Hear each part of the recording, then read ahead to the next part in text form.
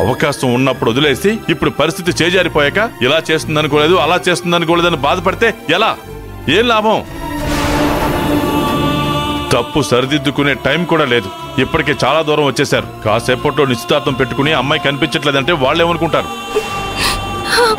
పైగా ఈ క్షణం కూడా నేను తీసుకొస్తానని అబద్ధం చెప్పొచ్చావు. నిన్ను ఏమనాలో నాకు అర్థం కావట్లేదమ్మా.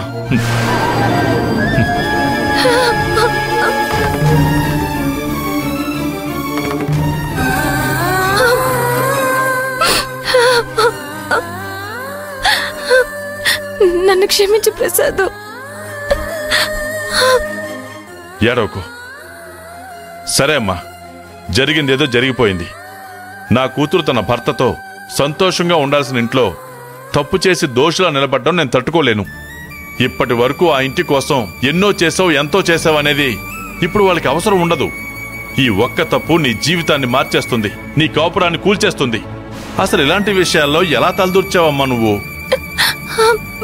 నన్ను క్షమించు ప్రసాద్.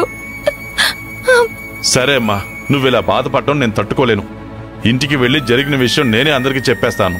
ఆ తప్పు నాదని చెప్తాను. శౌర్య ఇదంతా ముందు నాకే చెప్పిందని చెప్తాను. వాళ్ళు ఏదైనా అంటే నన్నే కదా అంటారు. నన్నేమన్నా పర్వాలేదు, కనీసం నువ్వైనా నీ భర్తతో సంతోషంగా ఉంటావు.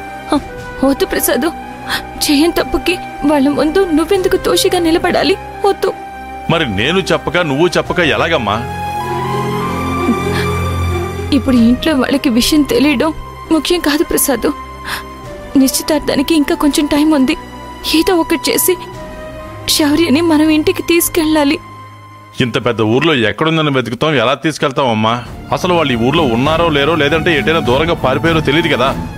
ఈ చివరి నిమిషంలో కూడా వాళ్ళ గురించి ఆలోచించి ఇంట్లో వాళ్ళ దృష్టిలో చెడ్డదానివి కావద్దమ్మా. చెప్పేద్దాం వాళ్ళకి. లేదు లేదు ప్రసాద్, నా వల్ల తప్పు జరిగింది, నేను సరిదిద్దుకోవాలి.